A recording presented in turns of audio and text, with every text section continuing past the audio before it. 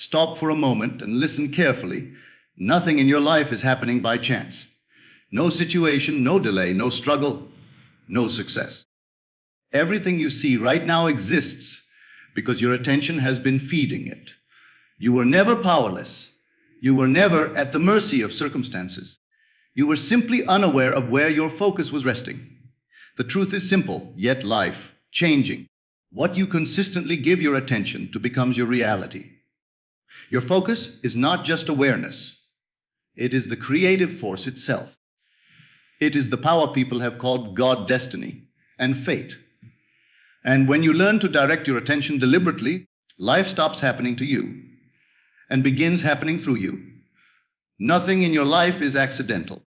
Every experience you call reality is the result of sustained attention. Attention is not a harmless mental activity. It is the creative force itself.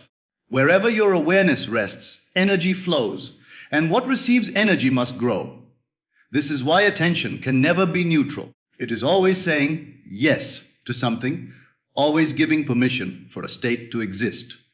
Most people believe creation requires effort, struggle, or external action. In truth, creation happens long before action. It begins the moment attention settles into a feeling, an idea, or an inner assumption. Life does not respond to what you say you want. It responds to what you consistently occupy inwardly. The world mirrors not your desires, but your dominant focus. When you give attention to fear, fear becomes more convincing. When you dwell on lack, lack organizes itself into visible form. This does not happen as punishment or reward. It happens because attention is the animating principle. It gives form to the formless. It turns unseen states into lived experiences. What you repeatedly notice, rehearse, and emotionally engage with becomes your dwelling place, and your dwelling place becomes your world. Attention is powerful because it implies belief. You do not focus on something you consider unreal. The moment attention is sustained, the mind has already accepted it as possible, then probable, and finally natural. This is how inner assumptions quietly solidify into facts, not through force, but through familiarity. Consider how effortlessly negative experiences appear when attention is left undisciplined. Worry feels automatic because attention has been trained to return to it. Doubt feels convincing because it has been entertained repeatedly. But the same law works in reverse. When attention is gently but firmly redirected to fulfillment, peace, or success, those states begin to feel natural. And what feels natural must externalize. Creation does not require constant visualization or emotional strain. It requires residence. Where do you live inwardly? What story are you loyal to when no one is watching? Attention reveals the answer. Your habitual inner focus is your true prayer, spoken without words. When attention rests in the feeling of having already received, you are no longer hoping. You are being. And being is the highest form of creation. The outer world then reorganizes itself to match the inner order, not because you demanded it, but because consciousness always expresses itself faithfully. This is why mastery is not about controlling circumstances, but about directing attention. Circumstances are effects. Attention is cause. Change the cause, and the effects must follow in their own time and manner. There is no need to argue with appearances. Simply remove attention from what you no longer choose to experience, and it will dissolve from lack of nourishment. Attention is sacred because it is selective. You cannot give it everywhere at once. To focus is to choose. To choose is to create. Each moment you decide what deserves your awareness. You are deciding the direction of your life. When you truly understand that attention is creative power, you stop reacting unconsciously. You become deliberate, calm, centered. You no longer ask life for permission. You silently assume, and life responds. The world you see is not happening to you. It is happening from you. Your life is not shaped by circumstances, people, or events. Those are only the final expressions of something deeper. The true cause of every experience is the state of consciousness you occupy. A state is an inner position, a way of being, feeling, and assuming. And once you live in a state, the world must rearrange itself to reflect it. Most people try to change life by changing conditions. They seek new environments, new relationships, new opportunities, believing these will finally bring the experience they desire. But conditions do not create states. States create conditions. Until the inner position shifts, the outer scene simply repeats itself in different forms. A state is not something you force. It is something you accept as natural. The moment you mentally move into a state and feel comfortable there, it begins to express itself through events. This is why effort feels exhausting and assumption feels effortless. Effort implies resistance. Assumption implies agreement. If you occupy the state of struggle, life will faithfully provide reasons to struggle. If you dwell in the state of being overlooked, ignored, or undervalued, the world will confirm it again and again. Not because life is unfair, but because consciousness is consistent. It must reflect what is held as true within. The mistake is believing that changing thoughts occasionally will change results. Thoughts pass, but states remain. A state is a mood you return to, a story you rehearse, a feeling that feels familiar. You do not need to think it constantly. You simply return to it naturally. That return is what keeps it alive. To change a state, you do not fight the old one. You simply enter a new one. You imagine what it feels like to be who you wish to be, and you rest there until it feels ordinary. The moment it feels ordinary, it is already planted. Life will catch up. This is why imagination is not fantasy. It is the doorway between states. When you imagine from the end, not of getting, but of being, you step into a new inner position. And once you stand there inwardly, the outer world has no choice but to conform. Do not watch life to decide who you are. Decide who you are and let life reflect it. Appearances are always delayed responses to past states. If you react to them, you re-enter the old state and keep it alive.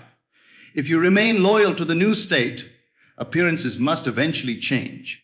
States are self-sustaining when occupied consistently. This is why persistence is not repetition, but residence. You do not affirm endlessly. You live inwardly as the person you choose to be. You move, think, and feel from that position. When a new state is assumed, people behave differently toward you. Opportunities appear naturally. Circumstances reorganize without strain. This is not coincidence. It is alignment. Your responsibility is not to figure out how. The state already contains the method. Your only task is to remain faithful to it. The moment you understand that states create reality, you stop waiting for permission. You stop blaming the past. You stop fearing the future. You realize that changing your inner position is enough. Stand in the state you desire, and the world will meet you there. Nothing becomes real in your life by chance. Every experience first exists as an assumption, a silent agreement you make within yourself about what is true, possible, or inevitable. Assumption is not wishful thinking. It is the law by which consciousness moves into form. What you accept as real internally must express itself externally. An assumption is not always spoken. Most assumptions operate quietly beneath awareness. They reveal themselves through expectations, emotional reactions, and inner conversations. If you expect disappointment, you have already assumed it. If you feel secure, valued, or successful without evidence, you have entered a new assumption. Life does not question these inner agreements. It simply enacts them. This is why effort often fails and assumption succeeds. Effort implies that something is not yet yours. Assumption implies that it already is. And consciousness always externalizes what it agrees with, not what it struggles to obtain. When you assume a state, you are no longer asking if it will happen. You are deciding that it is so. That decision may feel subtle, but it is powerful. The moment something feels natural to you, it has already been accepted. And what is accepted begins its journey toward expression. Many people wait for proof before believing. But proof follows belief. It does not precede it. Waiting for evidence keeps you locked in the old assumption. The moment you decide inwardly, This is who I am now. The law begins rearranging life to match that decision. Assumption works through feeling, not force. You do not need to convince anyone else. You only need inner consent. When the feeling of the wish fulfilled becomes familiar, you have assumed it. The mind relaxes. Doubt loses urgency. You stop checking because checking implies uncertainty. This does not mean ignoring reality. It means understanding its role. Current circumstances are echoes of previous assumptions. Reacting to them strengthens the old agreement. Remaining inwardly faithful to the new assumption allows the echo to fade and be replaced. Assumption is sustained through inner dialogue. What you silently say to yourself about who you are, what you deserve, and how life treats you becomes law. These conversations are not harmless. They are commands. To assume deliberately, you gently occupy the end state. You feel what it would feel like if your desire were already a fact. You let that feeling be enough. You do not force emotion, you allow recognition. The shift is often quiet, but once made, it is irreversible. The law does not operate on morality or effort. It operates on acceptance. It does not ask if you are ready or worthy. It responds to what you are willing to claim inwardly as true. Persistence does not mean repeating words endlessly. It means returning to the assumption whenever the mind wanders. Each return strengthens it. Each moment of loyalty deepens it. Eventually, the assumption feels obvious, and what feels obvious must appear. When assumption becomes natural, manifestation becomes inevitable. Life has no alternative but to reflect what consciousness has agreed upon. Understand this, and you stop trying to change the world. You simply assume and let the law do the rest. Creation does not always require adding something new. Often, it begins with withdrawal. What you remove your attention from loses its power to remain in your experience. This is one of the most misunderstood principles of conscious creation. Life is sustained not by effort, but by focus. Whatever is no longer fed begins to fade. Many people unknowingly keep unwanted situations alive by constantly observing, discussing, analyzing, and emotionally reacting to them. They believe attention is harmless, that noticing a problem is the same as solving it. In truth, attention is nourishment. To continue focusing on what you do not want is to continue giving it life. Withdrawal does not mean denial or suppression. It means inner non-participation. You no longer argue with appearances. You no longer rehearse their story. You stop giving them mental energy. The moment attention is removed, the state begins to dissolve because it can no longer sustain itself. Everything in your world exists because consciousness agrees to host it. When that agreement is quietly withdrawn, the experience loses its foundation. Circumstances do not persist on their own. They require your inner consent. This is why fighting problems often strengthens them. Resistance is still attention. Emotional charge is still participation. Even complaining is an act of creation. The law does not distinguish between positive or negative focus. It only recognizes focus. True power lies in indifference, not coldness, but neutrality. When you refuse to emotionally engage with an unwanted condition, you are reclaiming your creative authority. You are no longer reacting. You are choosing. Withdrawal creates space, and space invites replacement. When attention is removed from an unwanted state, it naturally shifts toward another. This is where deliberate redirection begins. You do not empty the mind. You reassign it. You withdraw attention from lack and place it on fulfillment. You withdraw attention from fear and place it on safety. You withdraw attention from struggle and place it on ease. This shift does not require time. It requires decision. At first, the mind may attempt to return to old patterns. This is not failure. It is habit. Each time you gently redirect attention, you weaken the old state and strengthen the new one. What was once automatic becomes optional. Over time, what you once struggled with simply no longer appears. Not because you defeated it, but because you stopped energizing it. Like a shadow without light, it disappears naturally. Withdrawal is also the doorway to peace.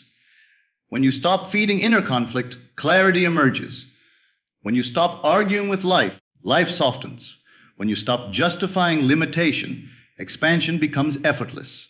The world responds quickly to what you no longer entertain. People change behavior. Situations resolve themselves. Paths open where resistance once existed. This is not magic. It is alignment. You are not here to manage every problem. You are here to choose where your awareness lies. Life faithfully follows that choice. What you stop feeding cannot follow you forward.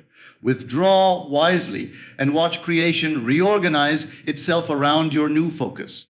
Everything in your life is the result of inner loyalty, not effort, not force, not constant action, but faithfulness to a chosen inner state. What you consistently return to within yourself, especially when nothing outside confirms it yet, is what eventually takes form as your world. Reality does not test your worthiness. It tests your consistency. Most people abandon their desire too early. They touch a new inner state briefly, then return to old thinking the moment appearances do not change. In doing so, they remain loyal to the past while hoping for a different future. Life responds to loyalty, not longing. Inner loyalty means remaining faithful to a feeling, an assumption, a state, even when the senses deny it. This does not mean pretending or forcing belief. It means choosing where you stand inwardly and refusing to be displaced by temporary evidence. The outer world is always delayed. It is an echo. If you judge your inner work by immediate results, you will constantly shift states and produce inconsistency. But when you understand that the inner comes first and the outer follows, patience becomes natural. Loyalty is quiet. It does not announce itself. It does not argue or explain. It simply remains. You continue to think, feel, and respond as the person you have chosen to be. You move through life from that position, even while the world is still catching up. This is where true faith operates, not as hope, but as identity. You do not wait to be confident until success appears. You are confident, and success appears because confidence is the state you inhabit. You do not wait to feel secure when circumstances improve. You feel secure, and circumstances align accordingly. When inner loyalty is established, effort disappears. There is no strain in being who you are. The chosen state feels natural, familiar, obvious. Doubt loses its grip, because doubt requires divided attention. Loyalty brings unity. Life responds to this unity by providing proof. People reflect your assumption. Opportunities meet your expectation. Events unfold in harmony with your inner position. This is not coincidence. It is confirmation. If something does not yet appear, it is not a signal to change direction. It is an invitation to deepen loyalty. Remain where you are inwardly. Do not go searching for signs. The greatest sign is inner stability. Inner loyalty also transforms reaction. When challenges arise, you no longer collapse into old states. You observe without surrendering your position. You remain anchored.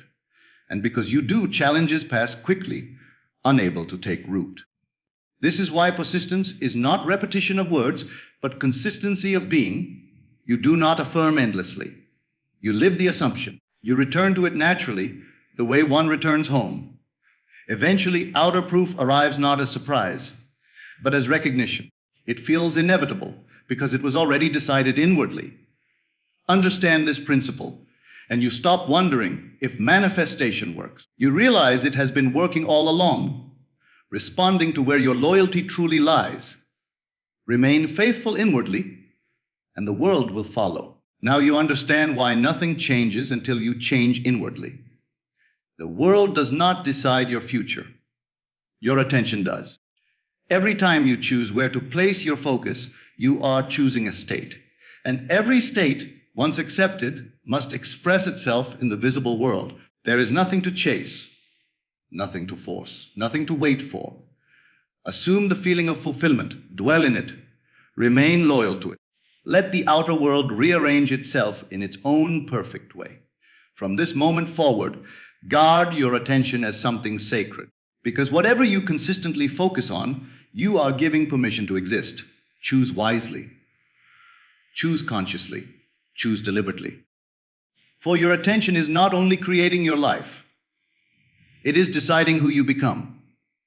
Thank you for giving your attention to this message. If it resonated with you, it is because truth always recognizes itself. Stay aware. Stay intentional. And remember, the power has always been within you.